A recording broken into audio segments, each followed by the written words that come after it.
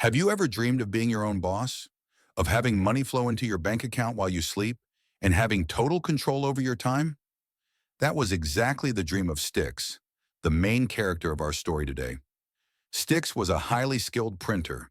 He decided to open his own shop because he thought, I'm the best printer in town, so why should I keep working for someone else? But just a few months in, reality hit him like a ton of bricks. Instead of freedom, Styx became a slave to his own shop. He was the first one in and the last one out. He was the salesman, the technician, the packer, and the delivery driver, all rolled into one. So why was Styx burning out? Why do so many founders feel like they're drowning in their own success? It's because every business owner is actually three different people trapped in one body, and let's be real, they're usually at each other's throats. First, you've got the technician. This is the doer. Their mantra: if you want it done right, do it yourself. The technician lives in the now. They love the craft, they love the grind, but they treat the business like a giant to-do list rather than a scalable machine. Next up is the manager. This is the order seeker. They live in the past. They crave systems, spreadsheets, and predictability. Without the manager, the whole place turns into the Wild West. But if they're too rigid, they'll suffocate the life out of the company. And then there's the MVP, the entrepreneur. This is the visionary. They live in the future. They're not asking, how do I print this faster? They're asking, how do I build a printing empire that generates cash while I'm sitting on a beach in Maui? Here's the cold, hard truth. In most small businesses, the technician is running the show 80% of the time. They're so busy working the line that they forget to build the factory. As Michael Gerber puts it, if you want a business that runs without you, you've got to fire the technician in your head and start hiring the entrepreneur in your heart. You need to stop working in your business and start working on your business. Now here is the million-dollar idea from the E-Myth Revisited. Even if you never plan to sell a single franchise, you must build your business as if you're going to open 5,000 locations. Think about McDonald's. Is their burger the best in the world? Hell no. But their system is unstoppable. You can walk into a McDonald's in Tokyo, London, or New York, and that Big Mac is going to taste exactly the same. Why? Because it's not run by master chefs. It's run by a system so simple that a teenager can execute it perfectly. Styx realized he needed to stop being the artist and start being the architect. He needed to document every single step of his shop, from how to answer the phone to how to calibrate the printers. Your goal isn't perfection, it's duplication. If your business depends on your magic touch to survive, you don't have an asset, you have a liability. To be free, you must build a machine, not a craft. All right, let's get tactical. How do you actually build this machine? You need the 7 blueprints. The first one is the golden rule of scaling. Create systems for everything. If it's not written down, it doesn't exist.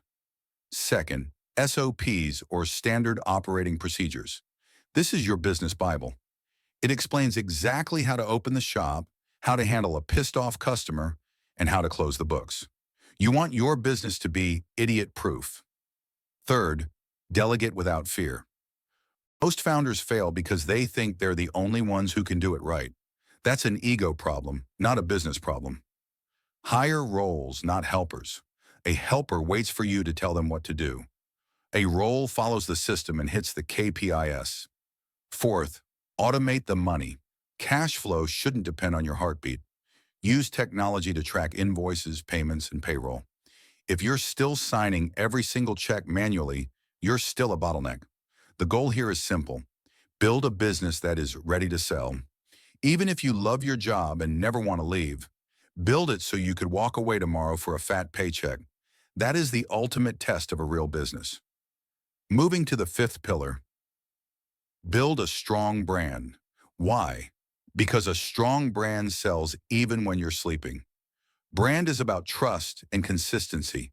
It's the promise you make to the market. When people trust the brand more than the person, your physical presence becomes optional. Sixth, build a team, not a crowd. Most owners hire people just to help out. Big mistake. You need to hire specific roles with clear expectations. Each person on your team should be a master of their system. Your job isn't to manage people, It's to manage the systems that people follow.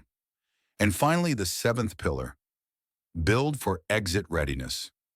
A business that can run without you is a business that someone else will pay millions for. Documented systems, a trained team, and predictable revenue, that is an asset. Anything else is just a job with a fancy title. The goal here is simple. Build a business that is ready to sell.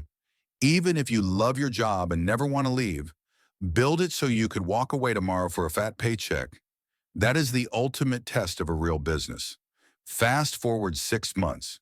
Sticks walks into his shop, but he's not wearing an apron. He's not rushing to the printers. He just stands there with a cup of coffee, watching. The phones are ringing, the machines are humming, and customers are smiling. All without him saying a single word. He didn't build a job, he built a system, and the system built the business. He finally moved through the three phases, from the chaos of infancy, through the mess of adolescence, to the freedom of maturity. The lesson here is simple but life-changing. Stop thinking like a worker and start thinking like a designer. Design the structure, design the system, design your future, because a real business is something that grows even when you aren't there. If you're tired of being the bottleneck in your own life, it's time to pick up the blueprint.